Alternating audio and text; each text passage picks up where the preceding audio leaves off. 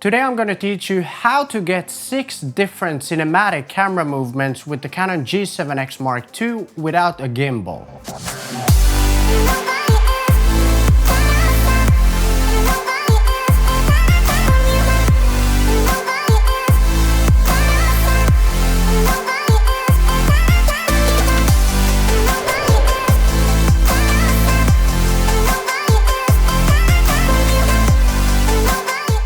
How's it going? My name is Jussi. I'm a freelance filmmaker and this channel is all about videography and video editing tips and tutorials without wasting your time. So all of the shots that you saw in the B-roll sequence were shot with the Canon G7X Mark II without a gimbal or a glide cam.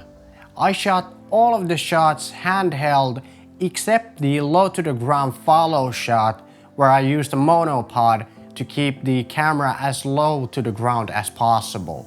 By the way, if you don't have a Canon G7X Mark II, it doesn't matter because these techniques will help you no matter what camera you have, but it sure does help if you have an in-body image stabilization in your camera.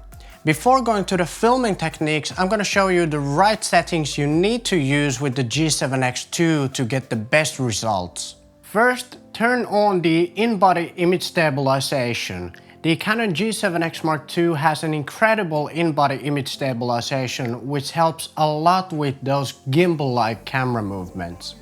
Then use the 60 frames per second frame rate so you can use slow motion when editing in a 24 frames per second timeline.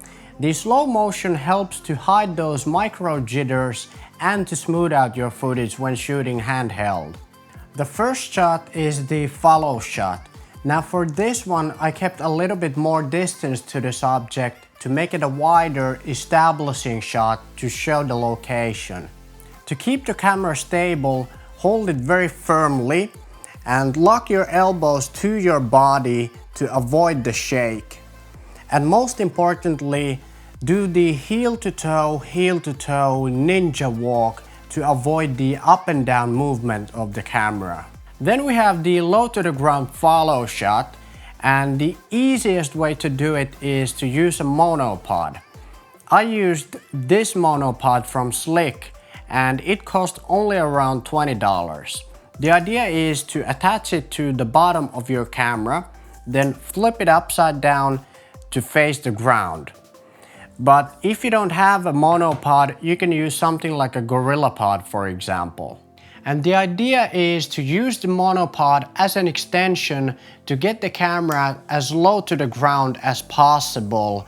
And what you should do is tilt the camera a little bit forward and use the ground as foreground to create more movement. When you tilt the camera forward, you see more of the ground and you create this look where the ground is whizzing by and moving fastly, which looks super cinematic and creates more depth to your shot.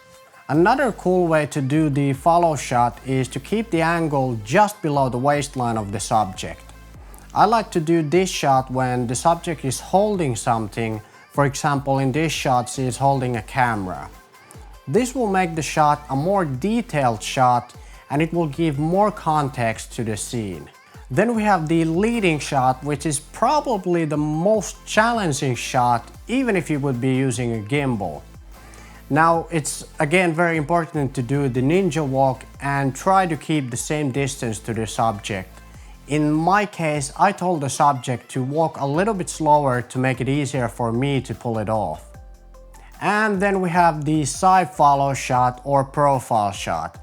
This is also very challenging because you have to keep your lower body walking the ninja walk straight forward, but at the same time you have to keep your upper body tilted and pointed towards the subject and try to keep the same distance to the subject throughout the shot. After the side follow shot, I did this cool in-camera transition using the trees to cut the two clips seamlessly together with the fake slider movement. To get a smooth fake slider movement, hold the camera steadily and do the whole movement with your body only.